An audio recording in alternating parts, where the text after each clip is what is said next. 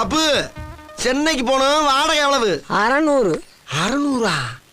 சரி வா போகலாம். எல்லா வண்டியும் போயிடுச்சே. எல்லா வண்டியும் போனது தெரிஞ்சாயா உன் வண்டியை கூப்பிடுறேன், வா போவோம். வரணுமா? வரும். ஆனா வராது. வரும் ஆனா வராதா? யோ வரும் சொல்லு, இல்ல வரான்னு சொல்லு, ஏன் இப்படி போட்டு குழப்புற? வரும் தம்பி, ஆனா வராது. என்னடா இது ஓவரா இழுக்கிறான்? இது மாதிரியா 600 சொன்னியா? கூட 50 போட்டு 650 தரேன், வா போவான். 650?